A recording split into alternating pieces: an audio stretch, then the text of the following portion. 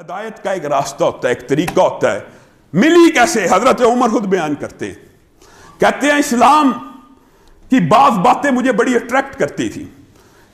جب مظلوموں کے اوپر ظلم کیا جاتا تھا، جب غلام صحابہ کے اوپر ظلم کیا جاتا تھا، جب غریب صحابہ کے اوپر ظلم کیا جاتا تھا، ظلم سہنے کے باوجود ایک اللہ کا نام لیتے تھے، میں حیرت زدہ رہ جاتا تھا، اس میں کیا بات ہے؟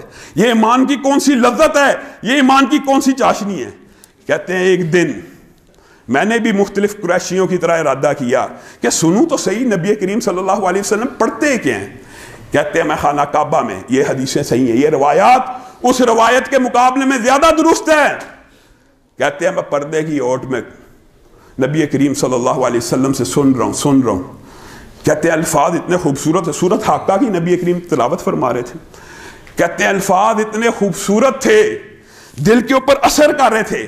میں نے کہا یہ کسی شاعر کا کلام ہے۔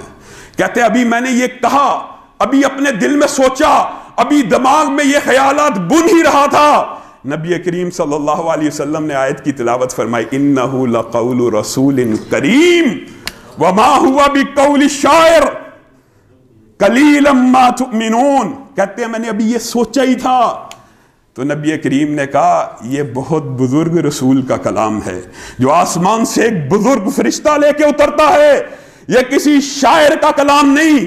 کہتے ہیں میرے دل کو چوٹ پڑی، میں نے کہا یہ تو کوئی کاہن ہے جو میرے دل کے خیالات بھی پڑھ رہا ہے، یہ تو کوئی کاہن ہے، یہ تو کوئی قیافہ شناس ہے، اس کے ساتھ کوئی جن ہے جو میری خبریں، میرے دماغ میں اٹھنے والے خیالات اس کو بتا رہا ہے۔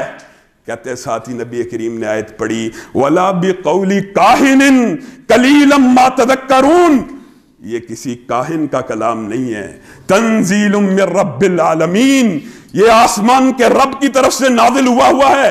حضرت عمر کہتے ہیں میرے دل کو چوٹ لگی، دنیا بدلنے کا سبب یہ چند آیات بنی۔ یہ حضرت عمر خود بیان کرتے ہیں، وَلَوْ تَقَوَّلَ عَلَيْنَا بَعْضَ الْأَقَاوِيلِ لَأَخَذْنَا مِنْهُ بِالْيَمِينِ۔ نبی کریم صلی اللہ علیہ وسلم کیسی کیسی آیات کی تلاوت کر رہے ہیں، یہی آیات انسان کو ہدایت دے سکتی ہے۔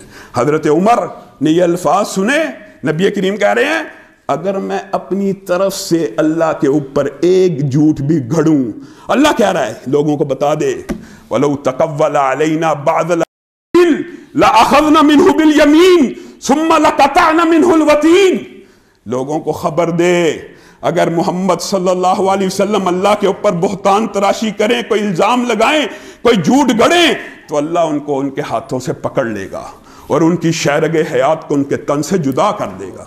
حضرت عمر کے دل کو چوٹ لگی، یہ شاعر کا کلام نہیں، یہ کاہن کا کلام نہیں۔ پھر عبداللہ ابن عمر خود بیان کرتے ہیں دوسری بات جو حضرت عمر کی ہدایت کے لیے، جو حضرت عمر کے لیے رستہ ہموار کرنے کی بنی، وہ کیا تھی؟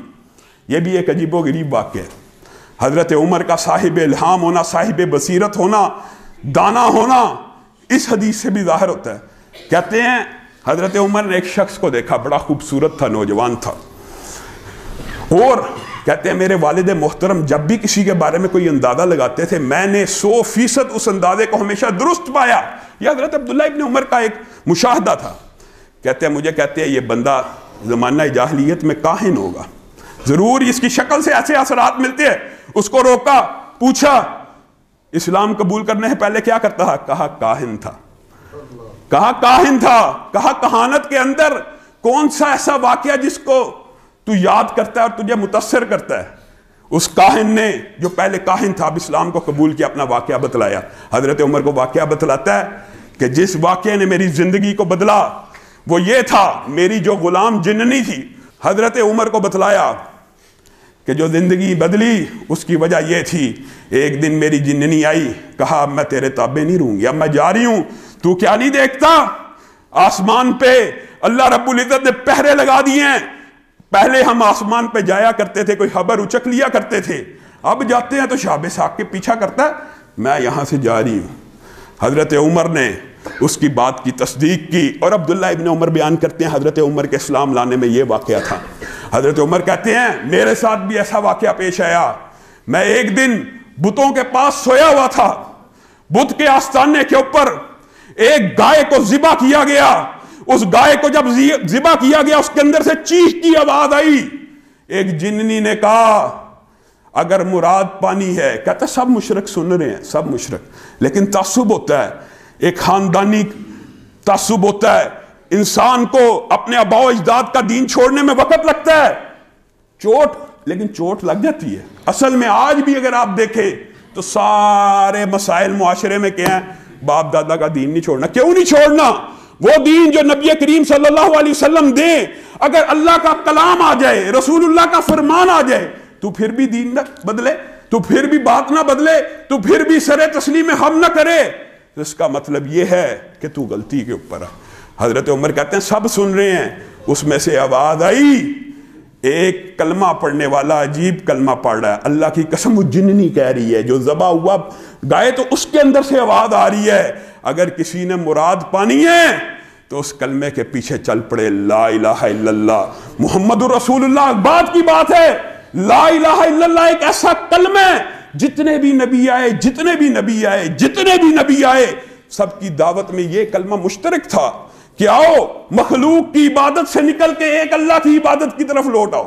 اور یہ ایک ایسا کلمہ ہے جو جنوں نے بھی سنا, نہ سمعنا قرآنا عجبا, جنوں نے بھی کہا ہم نے ایک بہت اعجابت والا قرآن سنا ہے جو ہدایت کی طرف بلاتا ہے. اور اس جنی نے یہ نعرہ بلند کیا. حضرت عمر کا واقعہ ہے.